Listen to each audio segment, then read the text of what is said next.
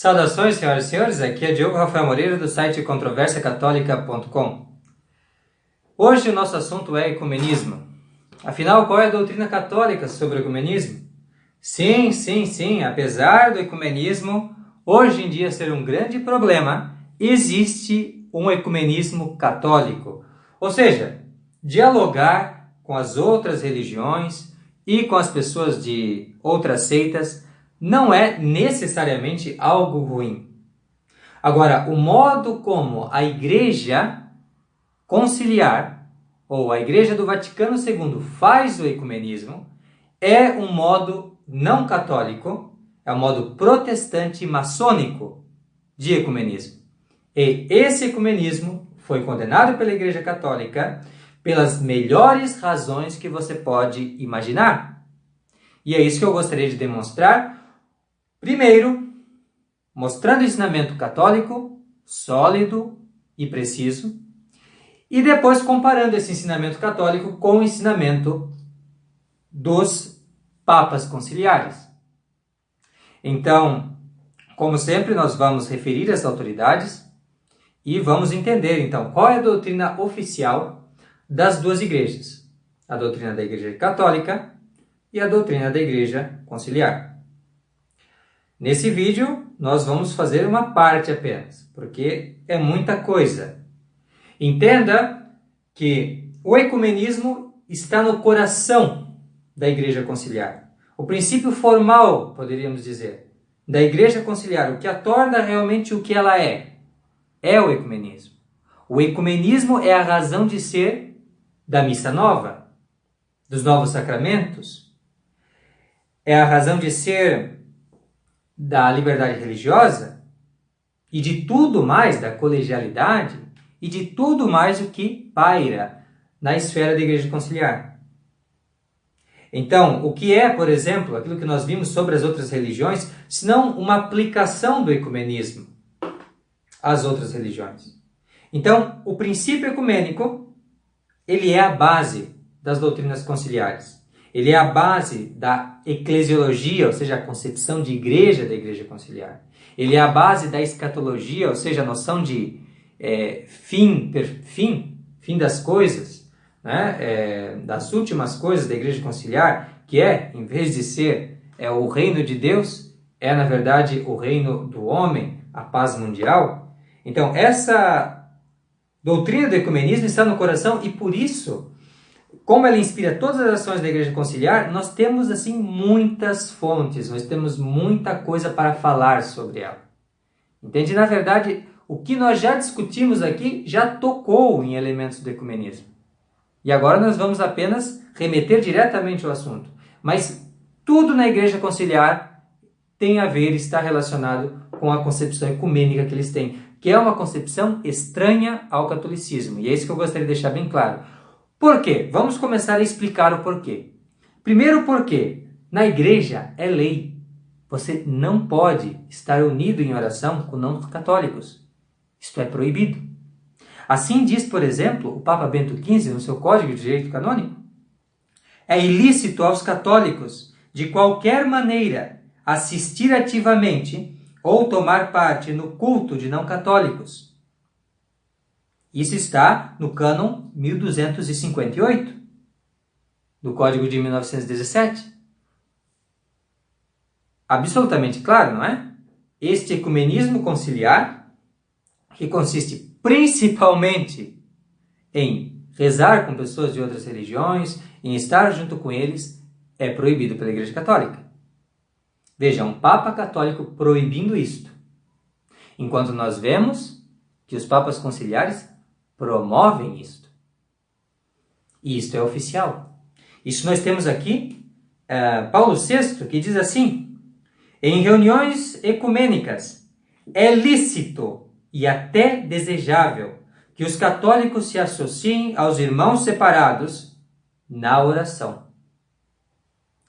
Paulo VI, Vaticano II, Unitatis Redintegratio, número 8, 21 de novembro de 1964. Ou seja, o que a autoridade católica veementemente e absolutamente condena, a autoridade conciliar veementemente, absolutamente recomenda. É isto mesmo. Agora vamos compreender um pouco melhor o porquê a Igreja Católica condena esse ecumenismo, este modo de ecumenismo. Porque a Igreja Católica, com o Papa Pio XI, vê as coisas desta maneira. Diz ele: assim, veneráveis irmãos, é clara a razão pela qual esta Sé Apostólica nunca permitiu aos seus estarem presentes às reuniões de acatólicos, porquanto não é lícito promover a união dos cristãos de outro modo, senão promovendo o retorno dos dissidentes à única verdadeira Igreja de Cristo. Dado que outrora, infelizmente, eles se apartaram dela. Papa Pio XI, Mortalium Animus, número 16, 6 de janeiro de 1928. Qual é a razão da Igreja rejeitar esta oração com não católicos? É porque, primeiríssimo lugar, o modo do católico fazer o ecumenismo é promovendo o catolicismo, pregando o catolicismo e mostrando que aquelas pessoas não têm nenhuma razão para estarem separados de nós. Foi uma infelicidade o que aconteceu? Sim, mas agora é necessário retornar para a Igreja verdadeira, a única de Cristo. Não é da vontade de Cristo, veja a concepção realista e objetiva da Igreja Católica. Objetivamente, não é da vontade de Cristo que essas pessoas estejam nestas seitas e nas falsas religiões. Portanto, nosso ecumenismo é um ecumenismo de retorno. E nós não podemos consentir em estar unidos com essas pessoas em oração, porque não estamos unidos com eles na fé. E eles precisam estar unidos conosco, não só de corpo presente, mas de coração, de fato. Somente assim eles vão agradar a Deus, somente assim a oração deles vai ser ouvida por Deus. Somente assim eles terão a graça. Então, essa é a doutrina católica. E por isso que a Santa Sé proíbe esse tipo de prática. A Santa Sé, a Sé de Roma, sobre verdadeiros papas e não sobre usurpadores. Porque os usurpadores, eles não só dizem que é lícito, mas eles recomendam e acham muito bom essas orações ecumênicas. Vejam o que João Paulo II diz. É motivo de alegria constatar como os vários encontros ecumênicos incluem quase sempre a oração e antes culminam nela. Estas minhas visitas comportam quase sempre um encontro ecumênico e a oração comum de irmãos que procuram a unidade em Cristo e na sua Igreja. Recordo com particular emoção a oração em comum com o primaz da comunhão anglicana na Catedral da Cantuária. Nem posso esquecer os encontros ecumênicos nos países escandinavos e nórdicos, e nas Américas e na África, ou aquele outro, na sede do Concílio Ecumênico das Igrejas. João Paulo II, Ultima Nunciente, número 24, 25 de maio, 1995. Vejam a carreira do João Paulo II, uma carreira de desobediência ao expresso mandato da Sé Apostólica. Uma carreira de descaso pelo ensinamento católico, pela lei da Igreja Católica. João Paulo II, que estava sob esta lei e sobre este ensinamento, fez-se de surdo, voltou-se as costas à verdade para dar ouvido às loucuras justamente desse pessoal do Conselho Ecumênico das Igrejas, o qual, referindo-se aqui ao Conselho Ecumênico das Igrejas, foi um dos alvos condenados por Pio XI na Mortalium Animus, que citaremos copiosamente, pois é um documento fundamental de oposição do catolicismo a este movimento ecumênico, cuja finalidade é destruir a religião verdadeira, somente para isto que serve, e isto é documentado. o objetivo do ecumenismo desde o começo é destruir a religião católica. Sempre foi um movimento hostil ao catolicismo. E se hoje o catolicismo está ali, é porque assim é a melhor forma de destruir o catolicismo, com o ecumenismo. Quem começou com o ecumenismo foi o maçom. Os ecumenistas, todos eles, sempre contra Roma. Então, é este ecumenismo condenado que João Paulo II está promovendo.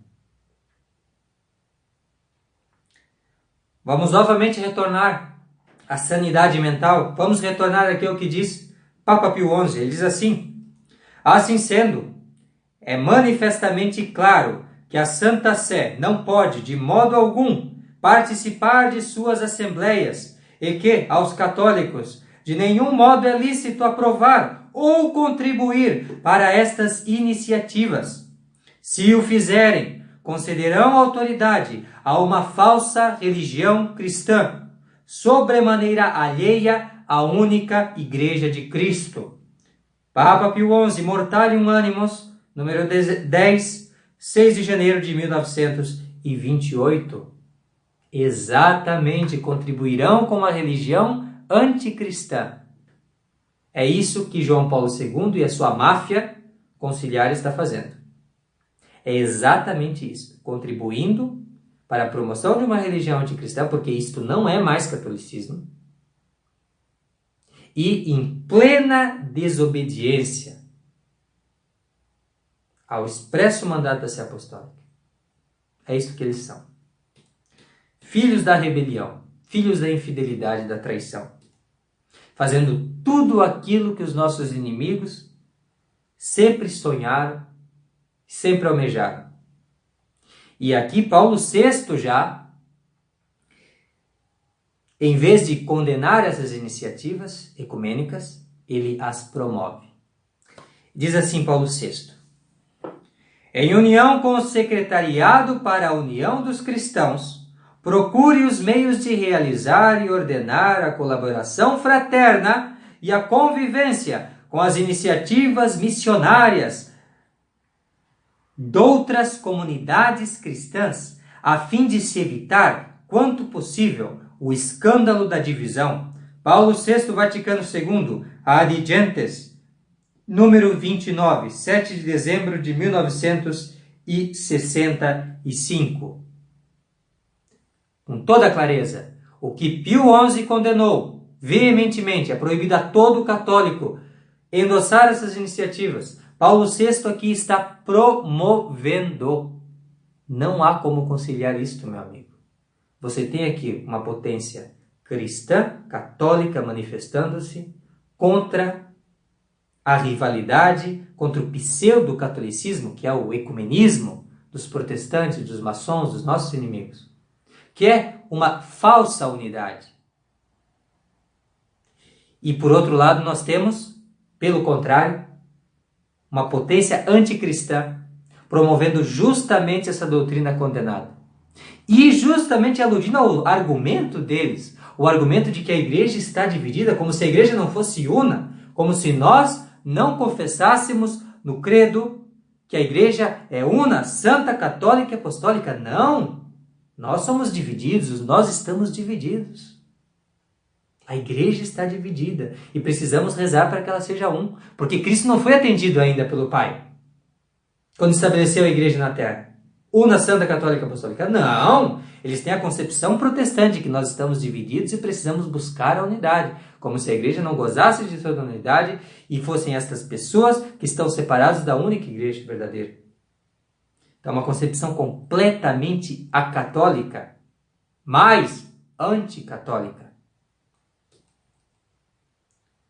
Prossigamos com o Papa Pio XI. Assim diz ele: ninguém ignora por certo que o próprio João, o apóstolo da caridade, que em seu evangelho parece ter manifestado os segredos do coração sacratíssimo de Jesus e que permanentemente costumava inculcar à memória dos seus o mandamento novo: amai-vos uns aos outros, vetou inteiramente até mesmo manter relações com os que professavam, de forma não íntegra e incorrupta, a doutrina de Cristo. Se alguém vem a vós e não traz esta doutrina, não o recebais em casa, nem digais a ele uma saudação. Pelo que, como a caridade se apoia na fé íntegra e sincera, como que em um fundamento, então é necessário unir os discípulos de Cristo pela unidade da fé, como no vínculo principal. Papa Pio XI, Mortalium Animos, número 13, 6 de janeiro de 1928. Veja que lindo esse ensinamento. O apóstolo da caridade, a verdadeira caridade consiste em que sejamos um, não só externamente, não só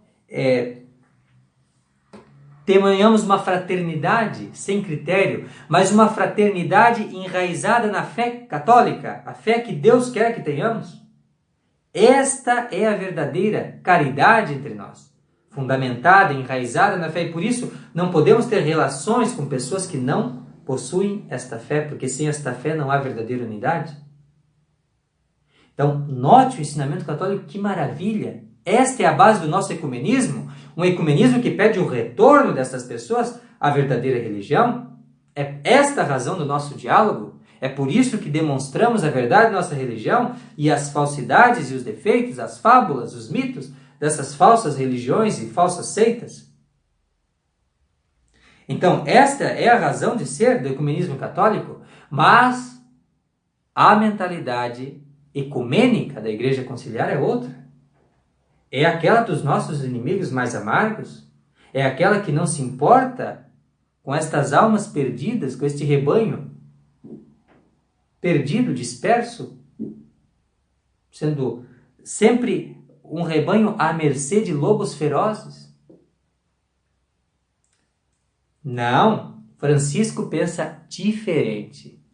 Ele diz assim: o que devo eu fazer com um amigo, um vizinho ortodoxo, isto é, cismático, oriental? O que devo fazer? É isto que se entende por ortodoxo, não que ele seja uma pessoa que tem a doutrina verdadeira, como eles rogam que eles têm, não. Ele é um cismático, que não aceita o Papa, e muitas outras coisas, como o purgatório, por exemplo. Então, esse é o ortodoxo de que ele está falando. Então, o que devo fazer com um amigo, um vizinho ortodoxo? Ser aberto, ser um amigo. Devo esforçar-me para convertê-lo? Há um grave pecado contra o ecumenismo, o proselitismo. Jamais se deve fazer proselitismo contra os ortodoxos. Eles são nossos irmãos e irmãs, discípulos de Jesus Cristo. Mas por situações históricas tão complexas, terminamos assim, divididos. Tanto eles quanto nós cremos no Pai, no Filho e no Espírito Santo. Cremos na Mãe de Deus. O que devo fazer? Não condenar. Não posso. Amizade, caminhar juntos, orar uns pelos outros, fazer obras de caridade juntos, quando se pode. Isto é o ecumenismo. Mas jamais condenar um irmão ou uma irmã, jamais deixar... Olhe, preste muita atenção, meu amigo que está assistindo esse vídeo. Jamais deixar de saudá-lo, porque é ortodoxo. Francisco, alocução a seminaristas, religiosos e fiéis da Geórgia, 1º de outubro de 2016. Eis aqui o contrapóstolo Francisco falando. Quanto São João, o apóstolo da verdadeira caridade, diz que não devemos saudar e nem receber em casa aquele que não professa íntegra a fé católica. Francisco diz que jamais devemos deixar de saudar. Eis a doutrina do anticristo, eis a doutrina do contrapóstolo Francisco. Uma doutrina que ignora a fé revelada por Deus, que não está nem aí, que quer apenas uma caridade de enfeite, uma falsa caridade. E eles chamam, sim, de caridade aquilo que é ódio. Eles chamam de caridade aquilo que é indiferença. aquilo que é ódio.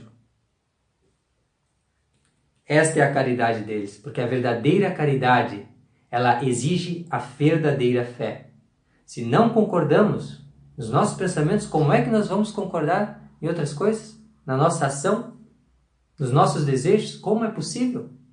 Se o nosso fito, a nossa intenção, o nosso objeto, a nossa compreensão das coisas difere totalmente, como pode?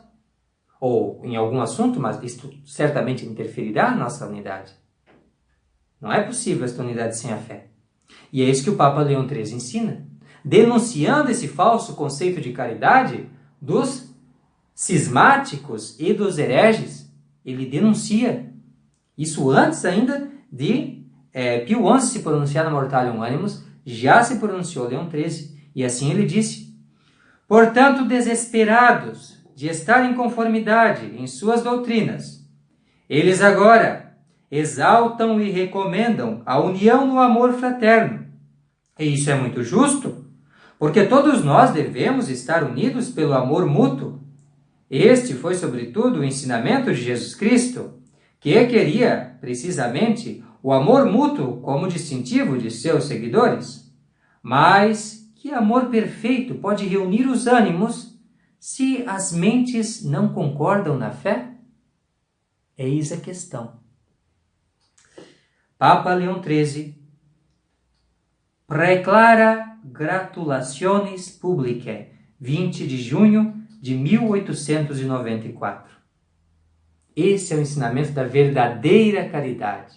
A caridade que necessita da verdadeira fé. E por isso nosso apostolado, o nosso diálogo é: convertei-vos e crede no Evangelho.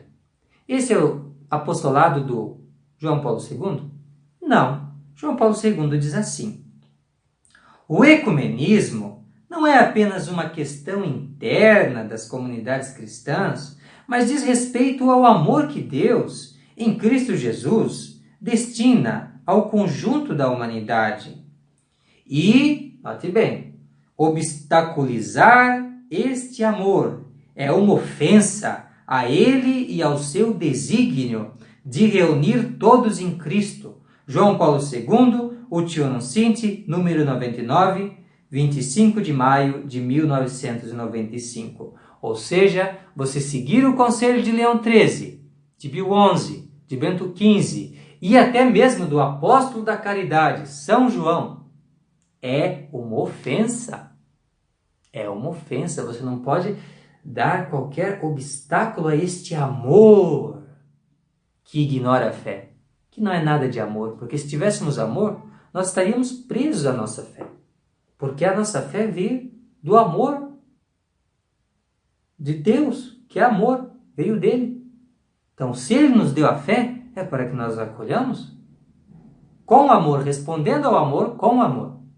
É isso que pede de nós. E aí é este amor verdadeiro que vai nos fazer comunicar este amor aos outros. E isto vem com a fé. E não é esta a concepção da Igreja Conciliar, infelizmente. E você pode notar muito bem. O apostolado deles é contrário ao modo católico de proceder.